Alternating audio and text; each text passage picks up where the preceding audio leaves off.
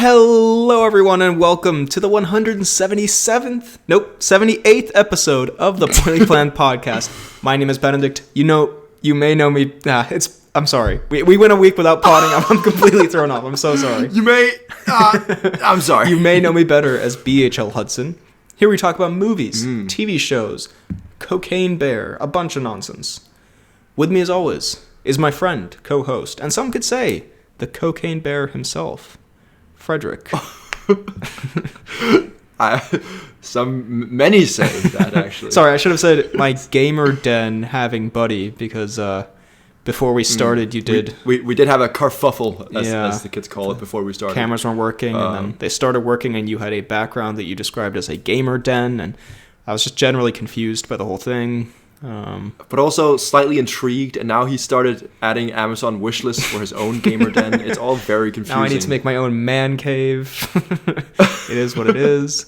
But we're back.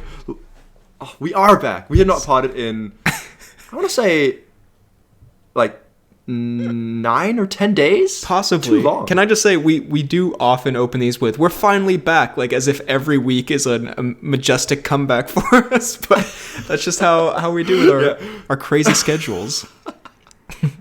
Yeah, we're back! Everyone's like, okay, did these guys ever leave? Yeah. Today, what are these tomfools on about? We're going to be talking a little bit of news, mainly the Oscar winners from last night. And then we're going to be doing some reviews for some Cocaine Bear and some Threed, which... Threed and Cocaine Bear, a perfect combination. Very excited to talk about both.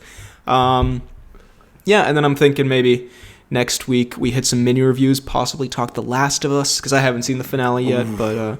I've not seen the finale either. All good stuff. So, there are time codes down below.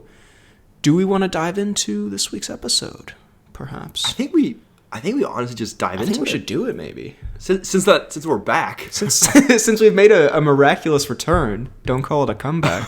Well, I mean, yeah, I'll be honest. I was going to do, this was going to be a news episode as well, but the news is rather stinky this week. So I think we just start with the Oscar winners and go from there. Are we just going straight for the Oscars? We going for them Oscars. Did you watch the Oscars or any clips of them? I did not watch the full thing, but I did watch a few of the speeches, and I saw all the people /movies that won. So I'm up to date. Okay. Can I just say also on the world famous Oscars, I do kind of wish that they had a more accessible way to view them, because no one has TV anymore, and I don't have the Sky package or whatever it is. If there was a convenient way to view them, I feel like it would actually, especially being in a film class, I feel like having an Oscars kind of watch party, just have a couple beers, that'd be great. Be good fun. It would friggin' pump up their views as well, which they are falling dramatically, which were only helped by Will Smith. Did you see the inevitable mini Will Smith jokes that were made? I did see the nuttiest Kimmel be like, and if anybody tries to get up here and slap me, you're gonna have to go through Steven Spielberg. Steven Spielberg just sitting there looking like the nutty man he is. Looking very scared. Looking very close to collapse. To be fair, from the clips that I saw, I did enjoy that they got Jenny the donkey out. That was pretty good. I have not seen this. What? Did they get Jenny the donkey out? They did. It was crazy. I didn't know your mom was going to be able to make the flight to Los Angeles. But they did actually. They did though. They did actually have a donkey up there. No, but they did fly your mom out though. She was great. She had a great stage presence. Her and Kimmel have great chemistry. No, it was awesome to see your mom on the stage as well, next to the director of Cocaine Bear. We've done it again. Bear. Thank you. Thank you. But in terms of the winners, I mean, the Ke Huy Quan and the Brendan Fraser speeches, pretty emotional, pretty wholesome. Very emotional. I will say, I did slightly cringe when, not cringe, but I was Fraser, when he's like, so this is going to be multiverses Fraser. It wasn't the strongest opening. Disturbing lack of laughter after he said that. It was a slight, I don't want to say boomer meme, but it was a little bit strange. But he gets away with it because he's Brendan Fraser. He's such a wholesome man. Yeah. I did also enjoy, there were a bunch of memes that were I can't believe Austin Butler lived as Elvis for 3 years and lost to George in the Jungle in a fat suit. That's like, that's gotta hurt. Have you seen Austin Butler doing that like Elvis thing always, all the time? It's like he can't really get out of the character. He's like, thank you. Thank you, Brendan Fraser. That joke fucking sucked ass. So. Brendan Fraser, this is real life. You're not in the multiverse. I would have delivered that. I don't know. I was about to slide into my Stallone for some reason. I would have delivered that much better than you, Brendan Fraser. God, what a terrible, terrible thing that you possibly say at Halloween. I was about to slide into my Stallone. Or you possibly say at a big Hollywood sex party. Anyway, I was happy to see... You're my Stallone. Stallone smiles in his gimp suit. I feel like Stallone is not the kind of man who would wear a gimp suit, but does that make him the perfect candidate for it? He's definitely the kind of man who would own one. Just to say he has it. Just to check off a bucket list item. Yeah, no, I see it. For what the kids call clout, he would have it. But I did enjoy... I'm actually looking forward to talking about Creed 3, because there's a couple like non-Creed 3 movie things about Stallone, about Michael B. Jordan, things to talk about. Some gossip, if you will. Ooh, I love gossip. But I think it was a good choice. Everything, Everywhere, All at Once, winning Best Picture. Obviously, Top Gun Maverick got robbed in every category, but it is what it is. Of course. To be fair, that would have been objectively the funniest thing if Top Gun Maverick won Best Picture. Cruise did not attend, though. As soon as I saw that headline, I was like, he knows some shit. He knows it's not going to win. I mean, to be fair, everyone kind of knew. But was it Cruise and who else didn't attend? James Cameron. James Cameron. Well, there you go. Yeah, kind of stinky moves. Although it was for personal reasons. So, like, if like you're, you know. Oh God. Yeah, sorry. were there personal reasons? The same reason, and was their personal reason just them having a nice dinner date? I thought you were going to go with, was it the same reason, and was it a Stallone-themed Hollywood sex party they were attending on Oscar night? Was Stallone at the Oscars is the question. That's a really good question. Let's investigate. Write in if you know. Anyway, the Oscars, by all accounts, were totally fine, and yeah, big dub. Big dub. I will say, I'm just going to call him Short Round. He did it. He bloody did it. He did it. No, he's such a... I mean, look, I know TikTok edits are hella cringe, but I've seen quite a few of just like, with, you know, the wholesome music of his speech and stuff. It's just like, You seen the one where it's like the, I don't care. Yes, I have. And him and Harrison hugging each other and all that. It's pretty... I was worried he was going to snap every bone in Harrison's body when he hugged him so tight. He's like, Harrison, I did it, and just mushes him. Harrison turns to literal ash. Good luck with your mush pain that feels like everything fell out of the sandwich. I feel like Harrison has that on a secondly basis. I did also see some pretty funny comments that were like, Harrison Ford hates literally everyone, so to see him smiling at Ke-Huy Quan means he actually likes him. It would have been funny if Harrison just like fucking frowned and slapped him away. Get out of here. It's like, Harrison, I did it! Get out of here. Fucking decks him. Anyway, we're going to move on to, well, real quick, actually, I did want to talk about, while it's still like semi-topical, just a quick little bit of UFC stuff. You can skip ahead if you're not interested, but some of this should interest you as a movie fan as well, because I think we're going to talk about Jake Gyllenhaal's UFC debut. So what is this? It's for was it Roadhouse? Is that a Roadhouse, which is an 80s movie with Patrick Swayze that they're remaking. I have not seen Roadhouse, but here's what I'm assuming is happening here. What in the world? So bizarre. The first Roadhouse, I'm guessing he's an 80s tough guy. I think he's maybe a truck driver. I don't know. But that was what you did in the 80s when you were a tough guy. In 2023, when you're a tough guy, you're part of the Ultimate Fighting Championship, obviously. Okay. So I'm thinking this is all going to be probably in like an opening montage or something of like, look how tough Jake Gyllenhaal is. He's a UFC champion or whatever. And actually, it is very weird that Conor McGregor is playing the villain when the UFC exists in this movie's world. That's going to bug me. But I won't get over that little fact. But can I just say, because they filmed all this stuff in like tandem with the event, and it was so weird, where they finished the official weigh-in, and then they were like, all right, and now we're going to pass it over, and then they like roll in this fake background, and like all the same presenters, everyone's there, and everyone just has to like watch Jake Gyllenhaal go up and flex and like scream and stuff. God. It's so bizarre. What a king, though. And he's like, just give me the fucking belt. I was like, Gyllenhaal. And then he did actually have a UFC performance, and he did. To be fair, it's great marketing. Like they did. I mean, he walked out. He was in the octagon. Like it was like a full, and it looked semi-real. I mean, it didn't look that bad. He hit that flying knee. It was pretty.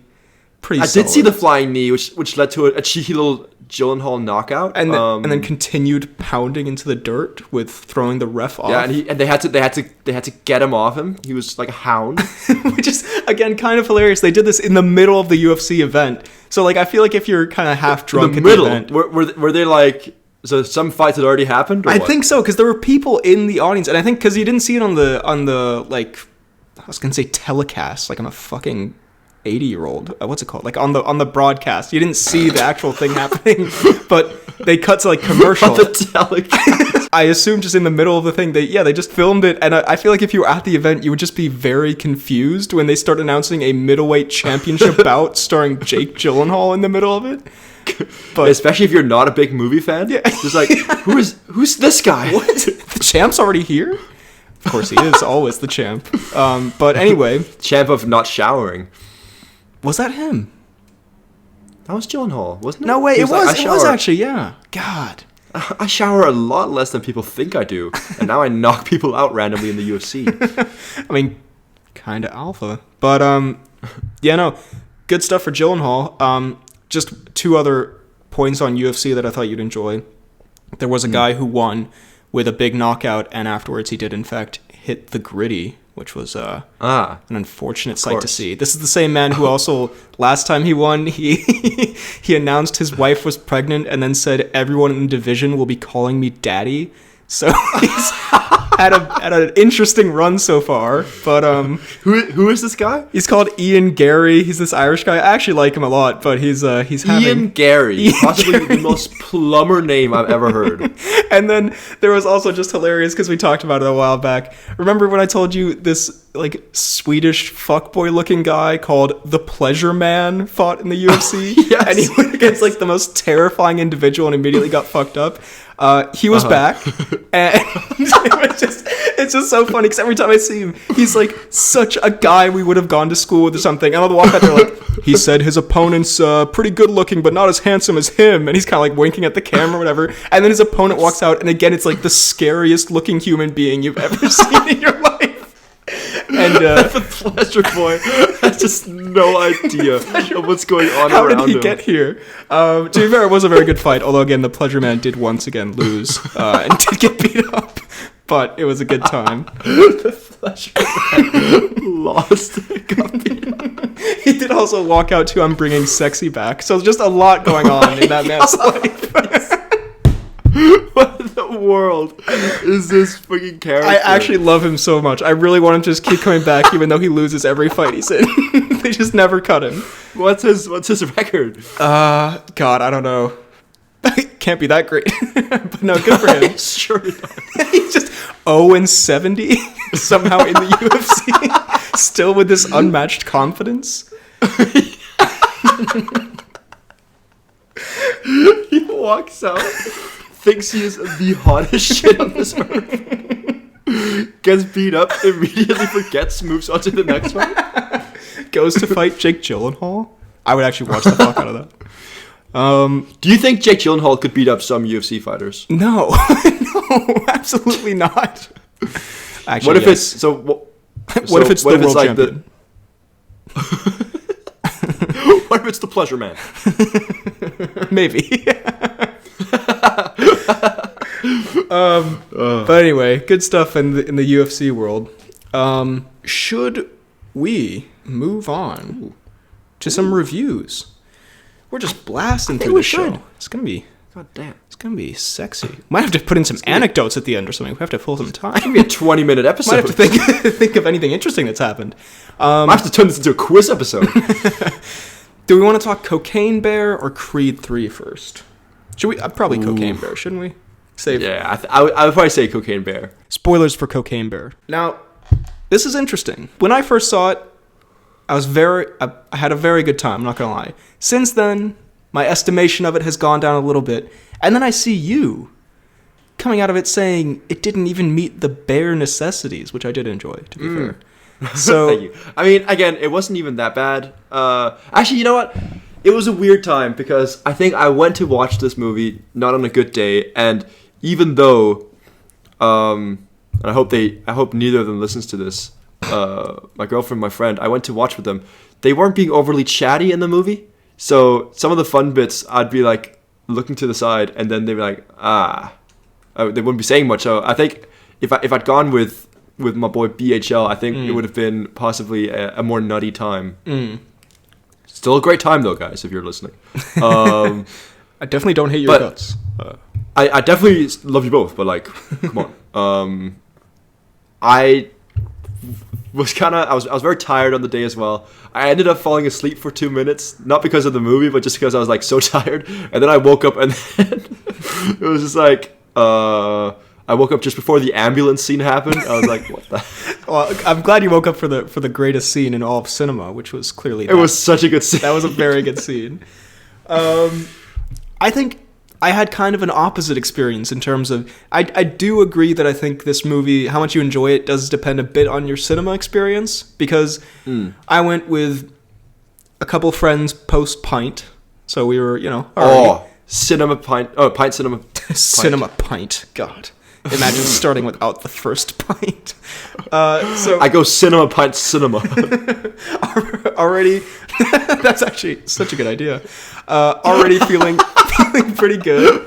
It was a packed house, weirdly, like one of the first like quite full cinema experiences I've had here, and for Cocaine Bear. Right. And I feel like it's been a while since I saw a movie where like the audience was like really into it. Like, I don't know, everything else, people are like enjoying, but no one's really like laughing that hard, or kind of like you feel that buzz. And this one, there was just like a really good buzz in the cinema. Just everyone was like having a good time with it. I don't think, that being said, it's not without its flaws as a film, which I'm sure we'll get to. But overall, as an experience, I think it was a lot of fun. It achieved generally what it was going for. And it wasn't here's the thing, it wasn't like a Sharknado kind of thing. Like, it was like a stupid kind of like, I hate to say a clickbait movie, but you know what I mean? Like that kind of title, Cocaine Bear.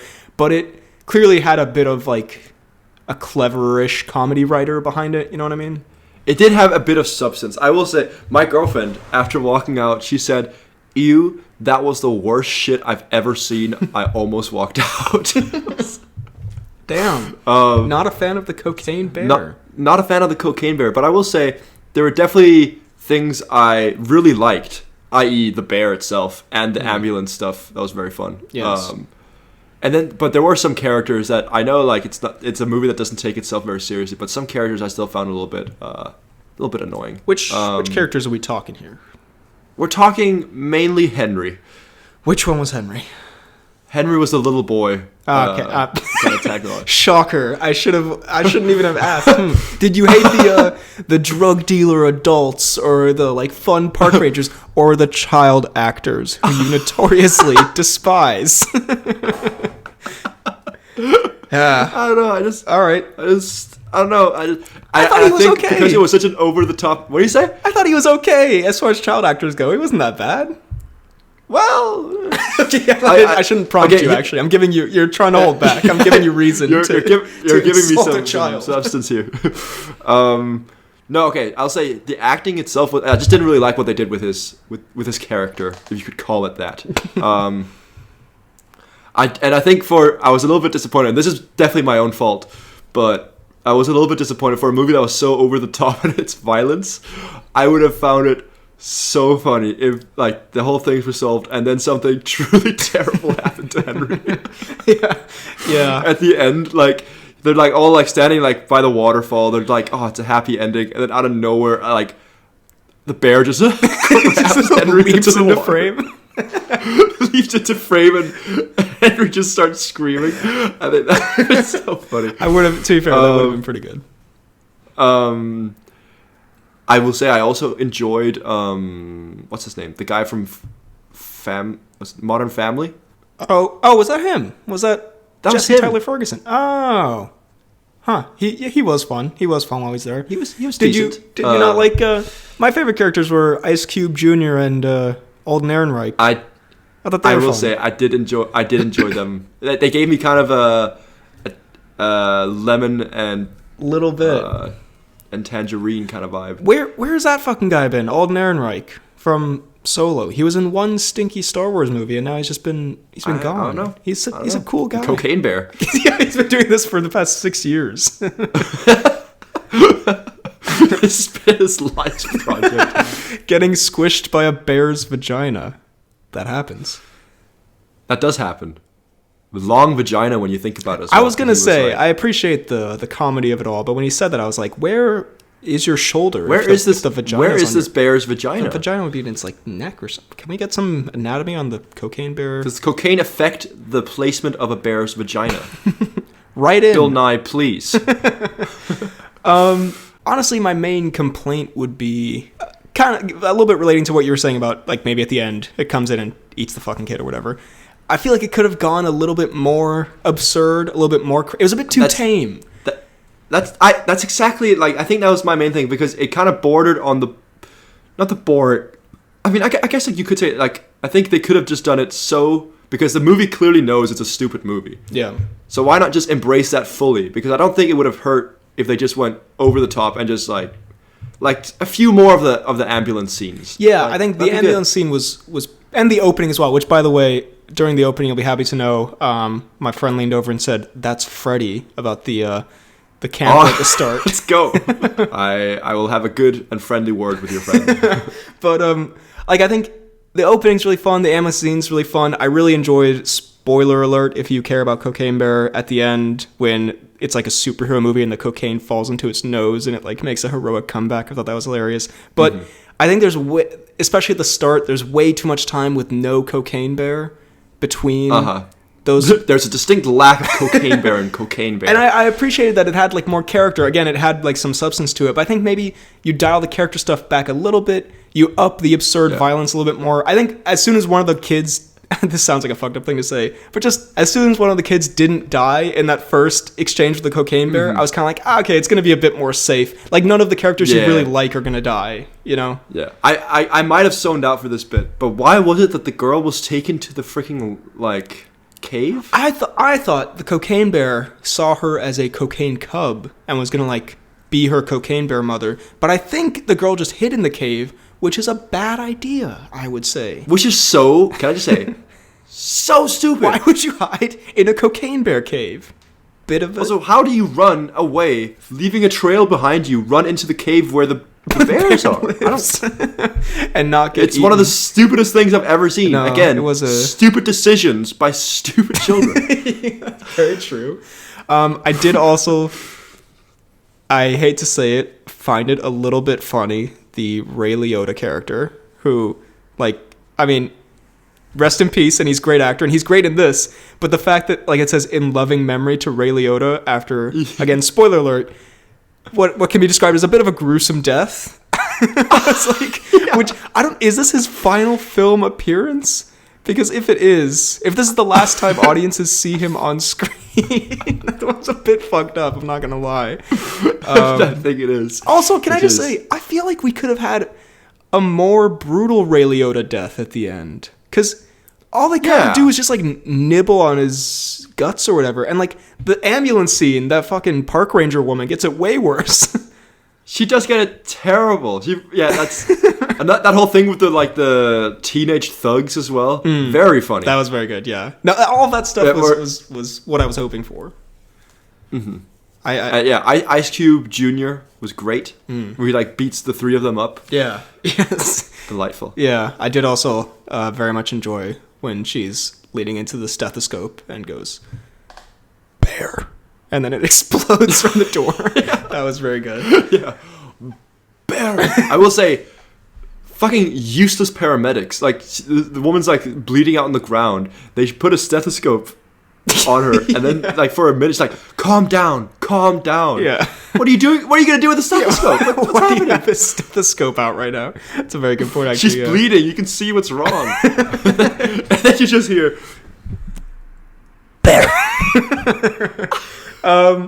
But yeah, overall, I did very much enjoy it on the night because, excuse me, Jesus, because we had a lot of fun with it.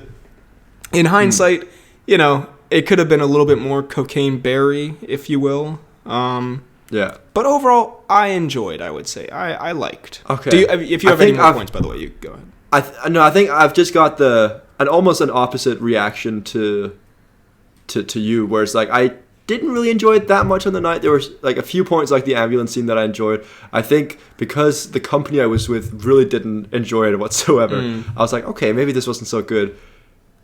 But looking back on it, there are definitely things I enjoyed. There's some fun. A Woody experience. That could have been a good Woody movie. I think it would have been a brilliant Woody movie.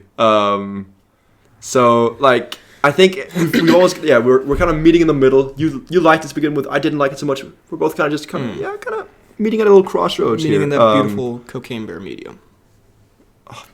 There's no better medium than the cocaine bear medium.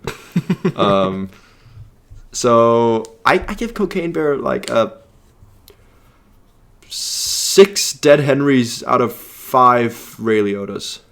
Sure. I would go 12 Ray Liotta intestines out of 13 faces smashed against the concrete. Nice. Spoilers for Cocaine Bear. I'll put that back at the spoiler. God. And then the fact that also at the end with the park ranger woman just lying smushed face on the pavement, they just walk past, and the police also just don't seem to care. They just drive by her. Just don't give what's going on here. The paramedics and the police are clearly terrible at their jobs. Would you watch a Cocaine Bear 2 Cocaine Bears? Bit of an aliens situation, because there are the Cubs, of course. Ooh, I thought you were going to say Cocaine Bear 2 Electric Bearaloo, which I think would be delightful. I would have. I didn't need to ask you that, because I know the answer would have been yes immediately. But yes, of course, it would have been a needless answer or a question to ask. But yeah, good fun, I'd say. Good fun. I think it's already made like double its budget or something like that. Yeah, it's been hugely successful. Again, like a lot of people, like I remember. It's just one of those where when it was like you see a post or whatever, and it's like, wouldn't it be funny if we went and saw Cocaine Bear? Come on, let's go see Cocaine Bear. It'd be a good Friday. We're gonna move on to Creed 3, aka Threed, which, by the way, I was listening to a little bit of the Weekly Planet, and I did hear them refer to it as Threed, and I would just like to say we came up with that incredibly hard to come up with joke first. Just putting it out there. It sounds. I don't want to say nothing, but it sounds like it was first the Tom Cnews. Now Threed. Are they? Next thing they're gonna say, they talk about a bunch of nonsense. Ooh, are they trying to? Fourth, they're gonna be like, it's your hosts Benedict and Freddie. And then it's just gonna be us on the Weekly Planet. Would be a dramatic that's how drop we in quality. plan to take over the world. Yeah, I'm just saying they might be trying to encroach on our territory. Might have to piss in a circle and scream at them. Right. Cocaine Bear. That's how I mark off my territory, anyways. Anyway. Threed. Before we jump into Threed, couple things. Actually, there's going to be a bunch of stuff before we jump into Threed, related to Threed.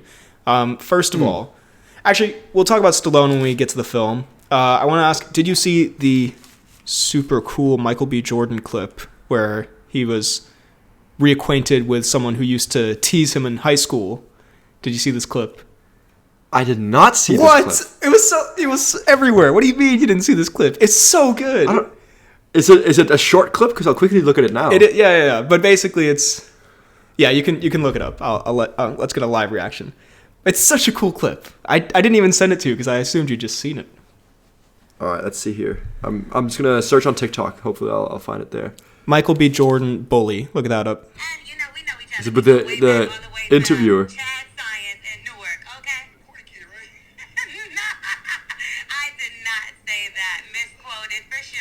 So basically, she approaches him, and she's, now an interviewer, like media personality or something, and she's like, we used to go to high school, and you can just see the look in his face of just like... Yeah, he does the fucking Dwayne eyebrow raise, like... It's like, did we know? I hate you. Yeah. And so apparently they used to call him, like, corny for, trying to be an actor or whatever, and of course, the clip gets ruined by, like, all the alpha grind set accounts. It's like, make your haters your bitches or whatever, but, like, just as a...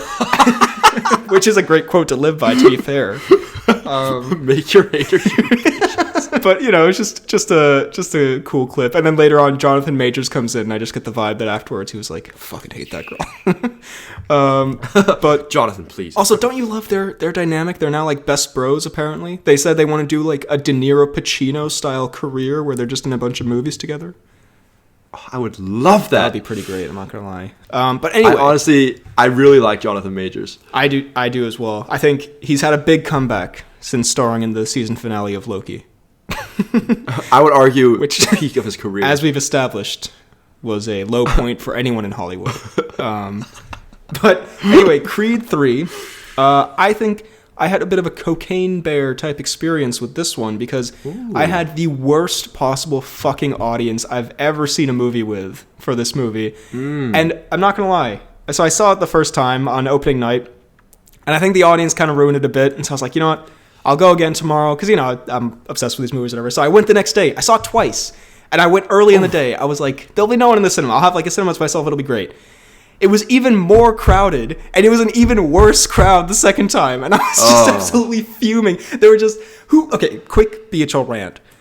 Who still has their fucking... Okay, I get it if you have your phone and you have the audio on or whatever, like the sound effects. Who still has, like, the typing sound effect and the camera click sound effect, and who leaves it on the cinema and texts and takes pictures the entire fucking time? And then, I'm not going to hate on kids like you do. I am going to hate on the mother, however. Sounds like you are. Sounds like you're about to hate on some kids. Of all the movies to take your literal toddler to, like actual 2-year-old. Oh my god, was this a baby view, but it wasn't a baby view. It was not a baby view. It's an unacceptable baby view moment. Why did you bring your actual toddler to Creed 3 and then hand him his fucking iPad halfway through the movie so he'll shut up? Which was like, I don't know what's worse, the kid talking the entire time or him playing his fucking stupid frog game the entire movie. Oh my god, I was having a bad time. I like the emphasis, your actual toddler. Why? Not your metaphorical toddler. You literally brought your actual toddler and watched him play his fucking frog game. It was a bad time. So I think the first time I saw this movie, I had a kind of mixed feeling about it. I feel like the audience made it sort of hard to get into. Plus, not to make excuses, but with movies that I'm very excited for, I feel like the first time I see them, you're so like kind of hyped up and you're so focused on like everything that's kind of happening, like what's going to happen with these characters that you can't really get into it, So second viewing, I feel like I got a better picture. But first, what did you think of it? Okay, I will say, I think the first half of the movie was very, very promising. I thought that was possibly the best of Creed we've seen so far, across all movies. The first half, and by first half, what do you mean up to? By the way, should we go spoilers? Yeah, should we just go full spoilers? Full spoilers for Creed 3. Okay, so I think it was actually a very, very good movie until the point where Jonathan Majors goes full on evil douchebag guy you're on the beach scene, and Apollo would be ashamed of you and kill yourself. Yeah. I'm going to push you over on the beach and all my cronies going to laugh at you. And I'm rizzing now. Up your girlfriends subtly. I don't know if that was like implied or if that was just me picking up on that. I feel like it definitely was. He was yeah. He was absolutely putting on the Riz.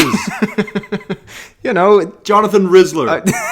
I know he can't turn it off really. Jonathan is a sexy man, but yeah, it was totally happening. He is. No, but so I think the movie would have been a lot better, like so much better, if they didn't make him out to be this like cartoonish supervillain towards the middle of it. Like, forget the whole he shouldn't have been connected to the guy who smashed Drago's hand, and he shouldn't be being a dick on the beach. If they cut that out and just made it like that's just my favorite activity, being a dick on the beach. Just on an average Saturday morning. Classic Jonathan activities, being a dick on the beach. Like, just don't be a dick on the beach. It's very easy. It's so like if they taken the kind of he gets out of jail, they do like the slow build up of like, oh yeah, I like the whole like the guilt aspect of like that Creed's feeling can still be incorporated in the movie, but just make it so that you can almost like kind of see both sides where like I think at the end of the match he wins against whoever the like heavyweight champion was that Creed kind of brought up. Sure. If he'd been kind of like, oh look, bro, look, I did it, like I'm here, and then Creed got angry, I think that would have been made like, and like they just kind of like didn't understand each other and weren't accepting the outcome. Instead of him just being a cartoon villain towards the middle of it, it would have been so much better. It would have been way more complex and like I don't know, like because towards the first half of it, it's like, oh, this actually like there's a complexity. It's well acted. And then it just kind of gives all of that up, I think. Yeah, I think... And makes the final fight less... like, almost less emotional. I don't know. It just kind of took a lot away from me. I agree with the Jonathan Majors Dame, we should call him. I think his character does... There's a real weird moment between that fight and when he's on the beach being like, you must be punchy, doing his like big old cartoonish Jonathan Majors face, where like I think you're actually right, where if they had made that moment, emphasized it more, where that's where their rift kind of comes from, and not that like he was always bad, like he was always a dickhead and he tricked him and broke Drago's hand or whatever. I think that would have been better, because also in that scene I was kind of confused why Adonis was angry, or at least like outwardly sort of aggressive towards Dame. Yeah. Because it's like, you, like I guess you were expecting him to lose, but you can't like get mad at him for not. It's a boxing fight. You can't get angry with your friend. It's a boxing fight, exactly. You can't. And, like I get he cheated or whatever, but like. But he didn't even cheat that much, Like he threw in a cheeky elbow. It's it is what it is. He did, but he got penalized for it. Yeah, Like at the end there, when it's like, were you expecting him to throw the fight? Like you can't be that mad at him for you put him in a fight. Like exactly, it's based. If anything, it's your fault, and like the whole letters like that his mom kept from him. Again, super interesting thing that they just didn't really. I don't think they utilized well enough. I think that could again have been made into a more kind of. I think what Creed 2 did very well was that you kind of saw the very emotional part of the villain side of it as well, whereas like there wasn't a directly like bad guy that you could hate, whereas because he suddenly just turns out of nowhere, just like he's been close to the family, he's been going to the events and stuff like that, like, obviously he's been like he's jealous and stuff like that, but I think that they just like emphasize that more instead of turning him into this Looney Tunes-esque thing, which is what it was from my point of view. It would have been so much better. Sure, yeah. Before we dive more into that, should we just say though, give him his flowers. Jonathan Majors and Michael B. Jordan, very good in this movie. Especially in the first half, they have a very that's why we're excited about their Pacino, De Niro type collaborations, because they're very good together. They have a very natural, very good back and forth on-screen chemistry. They are very natural, and he's so also good. Both Jonathan Majors. Very fit and beautiful, both just very sexy men. I wouldn't mind if they had a mud wrestling match. I would not mind grating some cheddar on them abs. I think, the first half of the movie, I do think was very good in setting stuff up. Again, maybe because my cinema kind of made it hard to get into it. I did think it was a little bit weirdly paced in general. I think it's like kind of, I don't know, a bit slow to the start, and then the end feels kind of like, oh, we're doing all the things, we're doing training, and then final fight, and then the fight's over, and you're like, oh, that's already done. But I want to do my positives first. There were some like quite thoughtful moments and like some good buildup of their relationship, of Creed's relationship with Bianca, and also I like Bianca's development of like, she's not just kind of this random love interest side character, like her storyline throughout the movies of her music producing and her hearing loss, and how there's even like mention of her family life. It's kind of like in the background isn't great, and I don't know, I thought that was all quite good. I like that stuff as well, yeah. And I think I guess we should talk boxing scenes later specifically. I do have a couple notes here. Ooh, please hit me with them. I was gonna say because most of my notes are sort of like nitpicky things. So I'd like to say overall, I did enjoy the movie. I did like it. I did think it was quite good. But just a couple things. When you were talking about the letters scene, I've just written here, explosion at mom, which is kind of an unfortunate note. But I did think, like, that didn't... Explosion at Mom can be taken in many different directions. Also Stallone's favorite website. But I did think that was like weird. It's still Stallone's email. Oh, that's StalloneExplosion@mom.com. I think like that was kind of weird where I was like, I don't know, in the first movie, he's so like young and he has this like anger inside of him, and you really like you get that. Like he acts like a dick for a lot of that movie, but like you get it and you like sympathize. And this one I'm kind of like, you're like 35 or whatever. Like, are you really like yelling at your mom because you found this? Like, it's not that big of a deal. You know what I mean? It just felt like a kind of random like, I hate you. You never treated me like one of your kids. You're never my mom or whatever. I was like, bro, what? Like, this is not an appropriate reaction. What did you think of the Mama Creed death? I like the Mama Creed. Oh. I like that scene. It was great. Real motivational. It was very similar to Rocky's Yo scene. Delightful. Imagine that scene Rocky was in. Yo. That's his grand return. It's his only line in the movie. Creed's mom is dying. Adonis is just crying at the foot of the bed. You hear a creak. You think it's the nurse.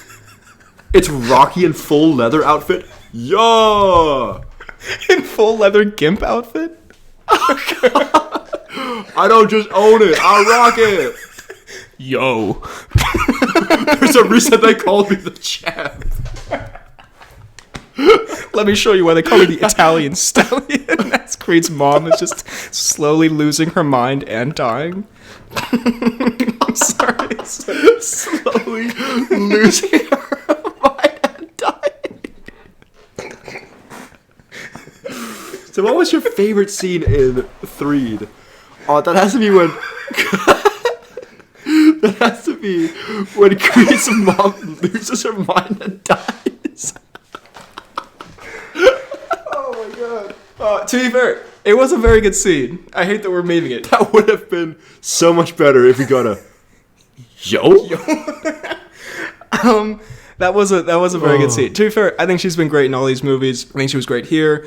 I do think, I don't know, it's not really brought up again. Like at the end, wouldn't they be like, and this was for my mom. I did it for you, Ma. Yeah. But speaking, I mean, this is a terrible transition now given that whole thing. But oh, God. Speaking of Rocky and some such, I want to talk about his absence from this film, and mainly, oh Jesus, I think I think it works that he's not in it.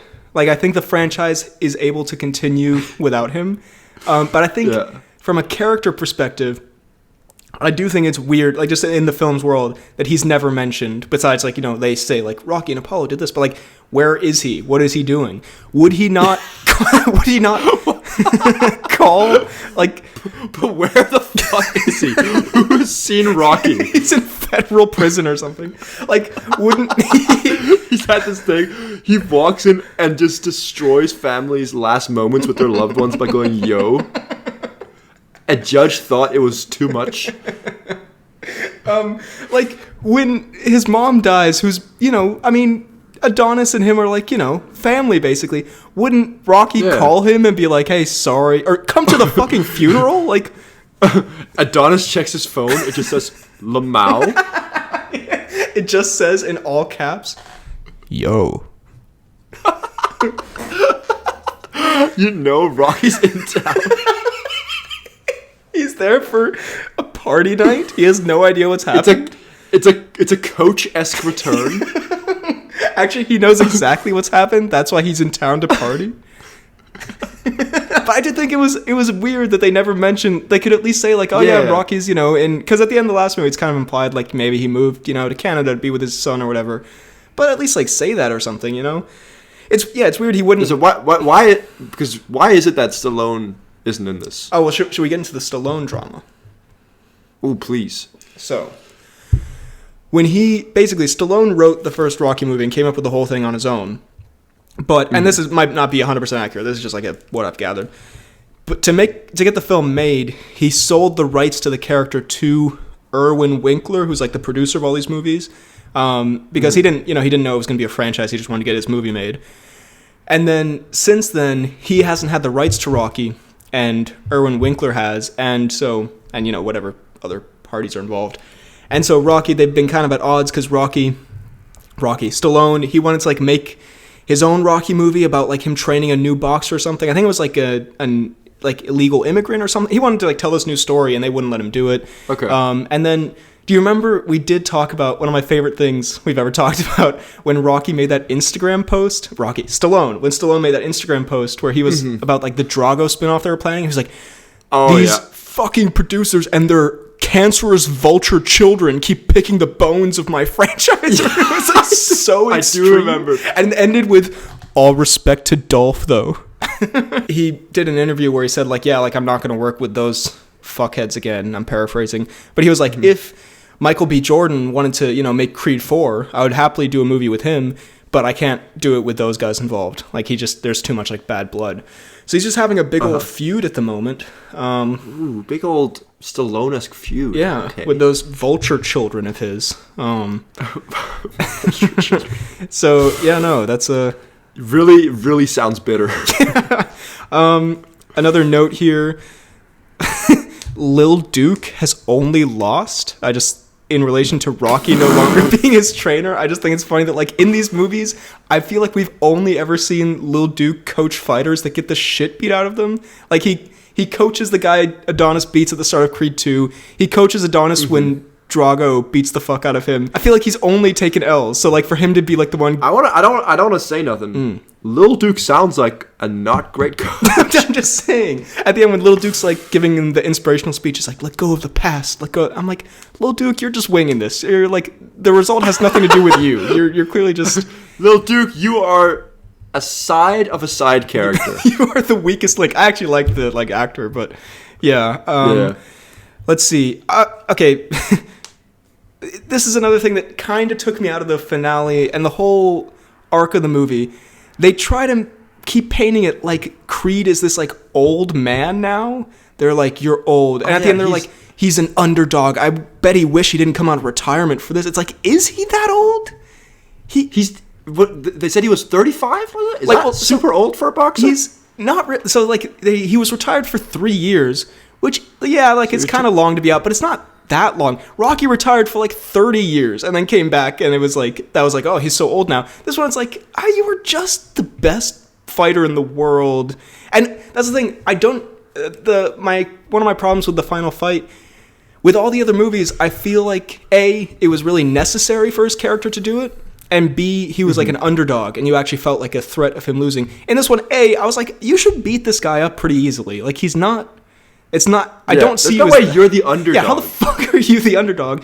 Two, like, it didn't feel like the stakes were that high, because it's like, if he loses, he just goes back to being retired. Like, it doesn't really... Like, personally, there's this thing. But also, in terms of personally, and, like, I guess this could apply to all the Rocky movies, I feel like their whole conflict could have been resolved with, like, a few more conversations and maybe, like, a little bit of therapy. Like... Exactly. Bianca, not great there. Well, I guess you're just going to have to beat the shit out of him. No, Bianca, you're the one who literally spends the entire movie whining about opening up about emotions. Yeah. And then your go-to is to fight Jonathan. Yeah. That does not sound... I see a contradiction in your values here. Yeah, like, I think it's interesting they were like, Adonis can't, like, has trouble opening up and whatnot. But again, A, like, I feel like now that he's like, they're also like, oh, he's so old now. Like, you'd think he'd kind of matured past this. And B, then the answer to the movie is kind of like, well, I guess we do have to beat the shit out of each other then. I guess I do have to laugh at you at this beach. Yeah. That's the only way to do it. I guess I do have to be a dick at the beach. Should have been the subtitle, Creed 3, Dick at the Beach. Oh, God. It's just Jonathan Majors letting it hang. It's just absolutely Jonathan Majors getting it on at the beach. Rocking out with his cock out. I will also say, moving on to the actual fight... which is every climax of these movies. There's only so many movies you can do where that is still interesting. Like you said, I didn't think the stakes were that high in this, and also, like, it's boxing. I find it entertaining, but across, how many movies is it now? 9. 8? Like, with 9 movies. You need to, like, because, you want to try and, like, build on it a little bit, but you can't really do much more in the actual boxing, like, like, facet of it. So every the last one, I liked the stakes because of the whole son versus son kind of thing. But in this one, there's some good boxing, but it's nothing that special. Ooh, well, I just don't. Again, it's good boxing and very well filmed, but it's stuff we've seen before, I think, and it just doesn't excite me as much anymore. Like, you walk into it like, okay, yeah, Creed's gonna win this, easy. Interesting. I agree in like a story way of like, the final fight's gonna go, it's back and forth, then Creed gets knocked down, then he gets up and he knocks him out, and like that's how it always goes. I think from a filming, from like a stylistic perspective, I do think this was quite different. What with the anime influences, which I did want to consult the local anime expert about, which I was mixed on, but I'm wondering, what did you think about, like, because I do think at least how it was filmed and, how the final fight is done, with that, like, no crowd and it's this weird anime world. What did you think of that specifically? Like, the style of it, at least. Again, like, the style of it was okay, I guess. And it did kind of emphasize, like, it's us two in the moment. We're going back to our roots. It's just you and me.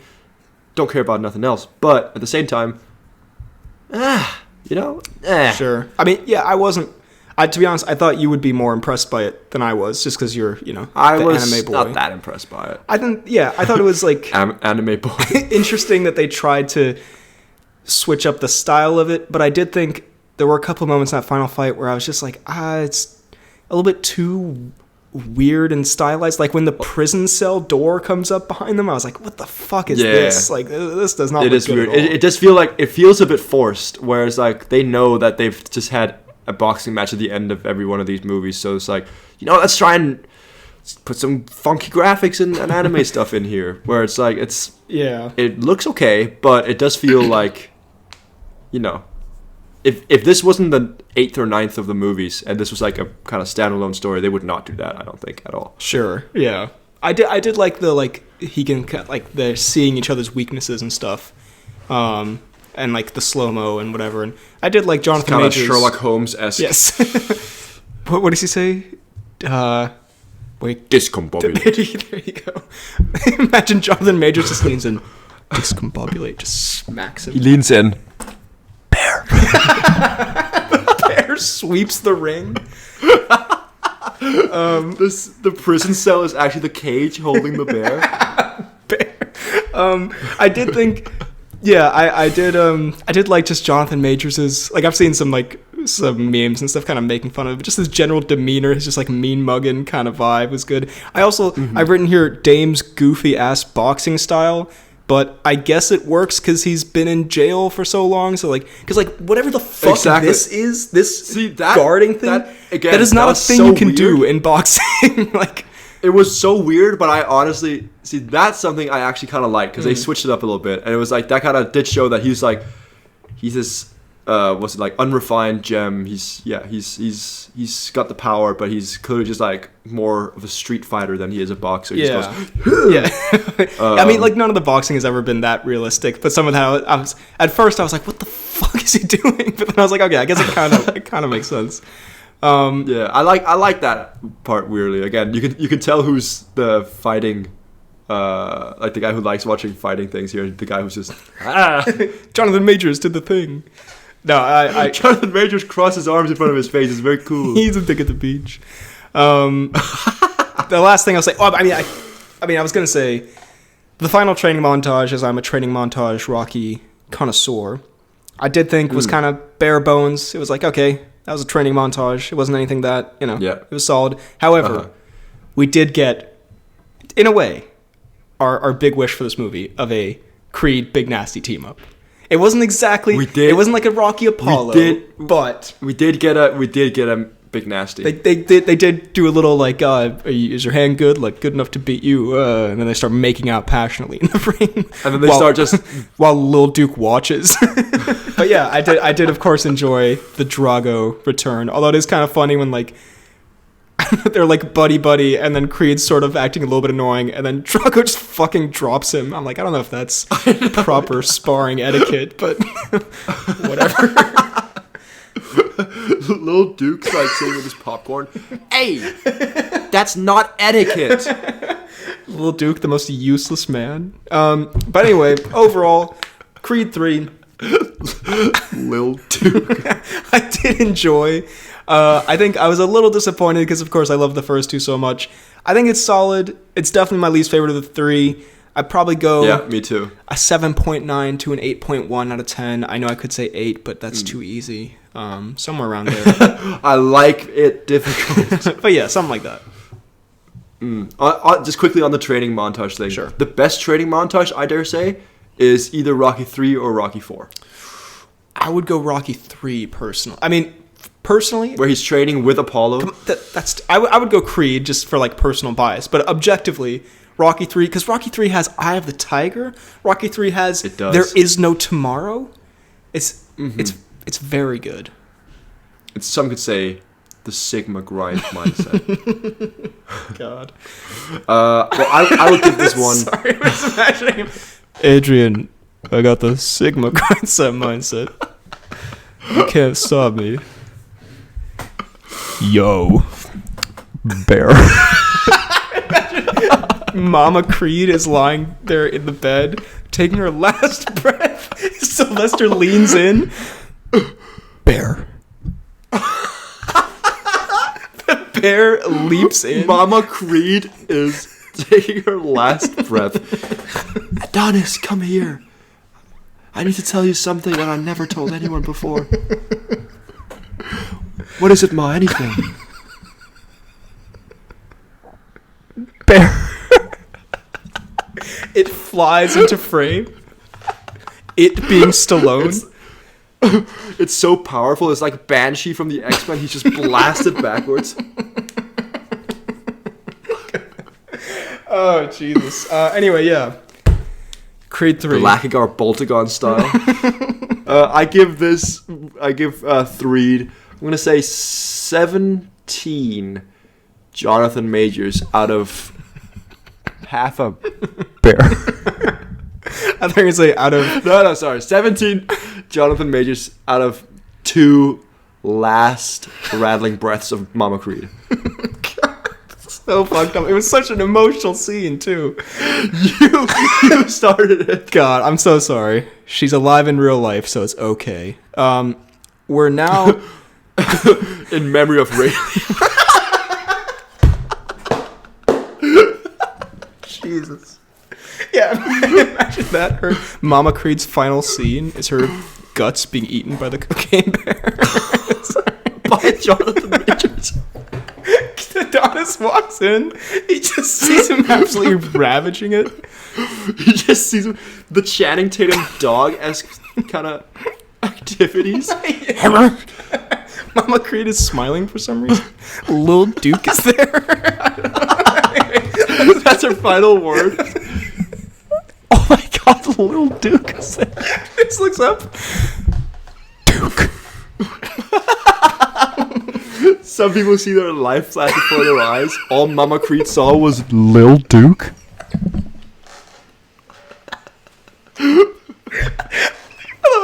Adonis thinks she's talking to him when really all she's seeing is in fact Lil Duke. Oh Jesus! God. All right. Anyway.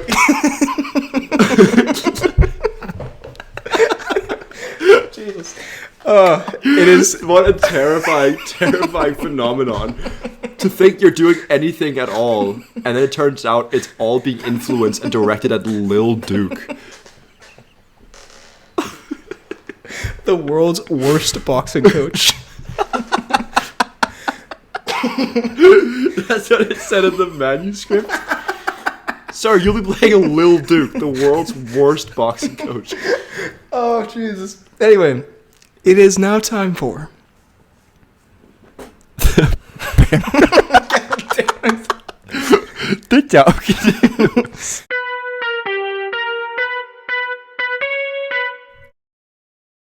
Well, this is from Daily Mail, so, I don't know if that's a good source or not, but it does say, exclusive, Top Gun Maverick star Tom Cruise refused to attend the Oscars, quote, to avoid award run-in with ex-wife Nicole Kidman.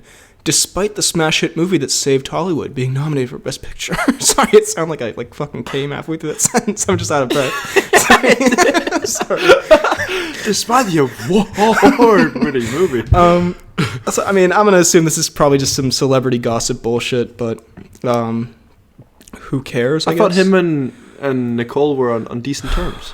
I think so, maybe, but he's also surprised in the UK filming a Mission Impossible movie, which is literally all he's ever done. So, yeah, whatever. Oh well. He needs to get some hobbies.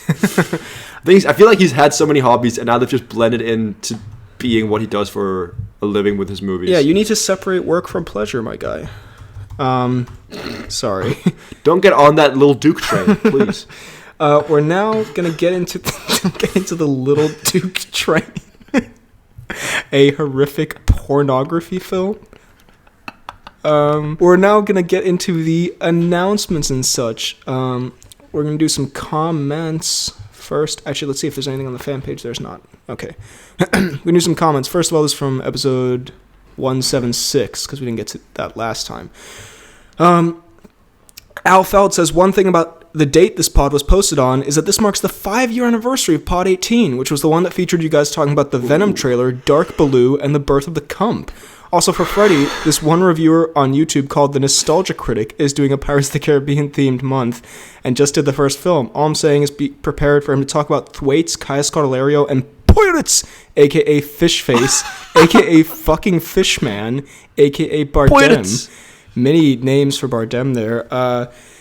First of all, yeah, what an anniversary. Big pod, that one.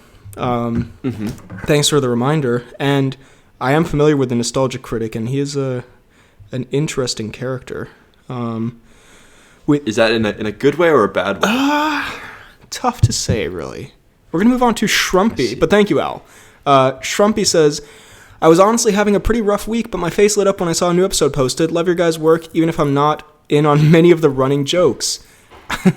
And Josie says, I was having a rough time too, and I agree. Hope things get better. Shrumpy says, thank you, same. Hope things get better. Josie says, I appreciate it. First of all, just a lot of wholesomeness. Very wholesome interaction. I'd love to see this. Good support all around. I hope you both are doing great, and we really appreciate it, and glad we could help. And yeah, I realize literally 90% of the pod is just running jokes that, like, if you've skipped maybe 30 seconds of an announcements and such, you won't understand, and I'd like to apologize for that.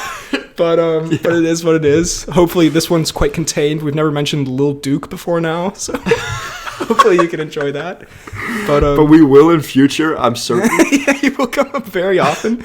But no, glad you enjoyed.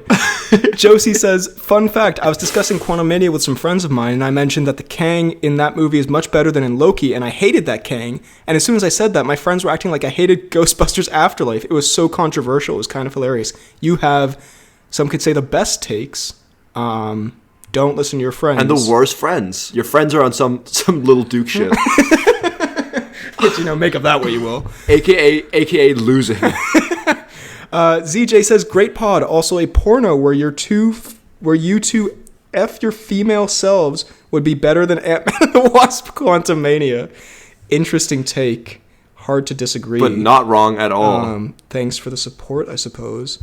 Josie says, would you have sex with a female version of yourself? We literally had like a 20-minute conversation about this on this pod. I know, but I forget what the answer was. The answer, I mean, my first answer was no, but I have thought about it since, and it's gone up to yes. I do think I actually asked some of my friends about this as well. I think they all said yes. Whether they'd have sex with a female version of me, that is. Anyway. Great friends. Josie says, here's my ranking. I haven't seen I Am Groot. Number 8, She-Hulk Attorney at Flaw. Damn. Got him good. Ooh, nice. Number 7, Mid-Marvel. Ooh. He's on a hot streak. Number 6, Falcon Has Trouble with a Boat. One of my favorite shows. Number 5, What If This Show Was Better? Ooh, he's coming in so hard. Number 4, Hawkeye Hits His Jingle Bells. Number 3, Wanda Has No Vision. Dang. Number 2, Loki with a Terrible Kang. And number 1, Big Hippo. So a lot of great stuff there, Josie. I really enjoyed that, honestly. Big Hippo. Clockwork Frame says, if you want to see Tom Cruise have a genuine emotion in a film, I recommend Magnolia, Cruz is only a supporting character, but it's widely considered one of his best roles, and he's giving a very nutty performance in quite a lot of his scenes, especially early on. I have seen some clips, and I do think it would be a good Tom Cruise nuttiness one. Anson says, I haven't seen She-Hulk, but here's my ranking from best to worst. Loki, Moon Knight, Hawkeye, WandaVision, Ms. Marvel, Falcon Winter Soldier, What If. Not a bad ranking. Appreciate you sharing. Daniel at the Movies says, another really great and enjoyable episode. Keep up the Paul Bettany-esque work. Very nice. Ooh. Thank you, Daniel. Thank you, Daniel. But the Jake Paul hate, I was not a fan of. Ooh. Do we have a Jake Pauler in the audience? Do we have a Pauler in the audience? We better block this man. Yes, he's not the best boxer in the world, and he 100% has things he can work on, but what he's done and what he's going to do, in my opinion, you have to respect it. The way he knocked out Woodley and going all 8 rounds and outboxing Anderson Silva and then knocking him down the last one, come on. Yes, the fight with Tommy wasn't his best performance by a mile, but he did last all 8 rounds. He did knock down Tommy in the last round with a jab, and Tommy never hurt Jake in any way. He never knocked him out or wobbled him, and the fact that the YouTuber did that to a professional boxer, you have to respect that. And I think he would do so much better in the rematch, in my opinion, and he still knocks out KSI cold, in my opinion. Hashtag bring back sex in film. Incest, question mark?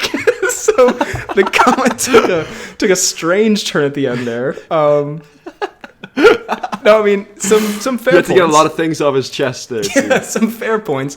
I think, and this may anger you, and I hate to do that to, one of our kindest and most supportive fans, but as I said in the pod, like, all of those points are probably true. And you're, like, in a debate, you probably win this. You're probably right. But also, I just don't like him. So I refuse. Like, a lot of the time, our vision is blurred by the fact that he's just a bit of a dick. Like, think about the most annoying person you know in, like, your class or your work or whatever, and they make a really funny joke. And you kind of want to laugh, but you're also like, I fucking hate that guy. So Gary did good, but at the same time, you're just like, Gary slept with my wife, so I don't want to do that. So there is that. So that's that. But thank you, Daniel. Cal W says, BHL not liking the last episode of Loki is such a rare BHL up there with Encanto. First of all, I was fine with Encanto. I think you're thinking of Freddy. Second of all, it's a huge BHW. How dare you? The last episode of Loki sucks what some could call donkey dick. But I respect your opinion. And then finally, the comments on the Harry Potter quiz episode, which was one from the bank. First of all, Alfeld says the same thing from last time because we didn't read that one out. So yeah, hooray for the anniversary. Also, did you hear John Bernthal is coming back as Frank Castle for the new Daredevil Disney Plus show? Actually, I did forget to put this in the news. So yeah, that is exciting. We're curious to see what they do with him in a Disney Plus show for such a, a violent character. But I'm always here for a Bernthal I do worry they'll do like a Bernthal Daredevil team up the same way they did a Falcon and Winter Soldier team up, where they kind of suck the magic out of it a little bit. Yeah, they better not. Kian says, but yes, I am excited about that. Kian says the quiz episodes are finally back in business, and Daniel says finally. I appreciate the slight support there, which we do not deserve. No support whatsoever deserved there. Daniel says, another really great and enjoyable episode. Keep up the Ron-esque work. Deserved, I guess. We were both Ron. Thank you, Daniel. One of the funniest episodes, top 3 at least. There were some moments that had me crying because I was laughing so hard. Something about the Harry Potter universe that brings out your great sense of humor even more. Thank you. And we all know that BHL will be Voldemort for obvious reasons. I believe that's a nose jab. It's And the fact that Freddy is Ron is perfect. I agree. Fits him so well. Dobby. And my character is Dumbledore, and my house is Gryffindor. Well, damn. All right. Way to flex on us. Damn. Yeah, Ron suits you very well. By the way, I'm Dumbledore. P.S. What are your predictions for Ryan Garcia versus Gervonta Davis happening at the end of April? Big boxing match coming up. Very excited for that one. I do think Gervonta Davis is probably going to win, but I don't think it will be as easy as people think it will be, and I think Ryan Garcia has a better chance than people are giving him. Also, Gervonta Davis is a garbage person, so I hope he loses.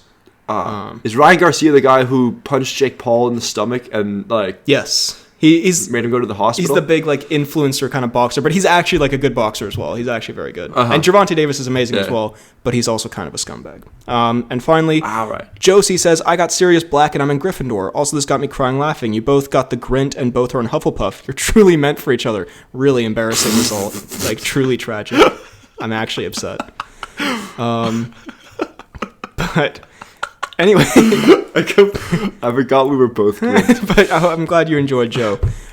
So, that's the episode for this week. I hope you enjoyed. If you did, drop a like, subscribe, hit the bell button, leave a comment down below what you thought of Creed 3, of Cocaine Bear, of the Oscars, of this episode. You can also find us on Apple Podcasts and Spotify. Leave a 5-star rating, a nice review. Tell your friends about the pod. Yeah. You can find me on YouTube, BHL Hudson, Instagram, Twitter, BHL_Hudson, TikTok, BHL Hudson, Letterboxd, Real BHL Hudson. You can email the pod at bhlhudsonvids@gmail.com. You can find me on Twitter at FTK_DultSniper. You can find me on Instagram at Fidalgard. You can find me on Letterboxd at FTK_Thwilms. And you can find me on YouTube at FTK Space Gaming. Thank you very much for listening, and we will see you next time.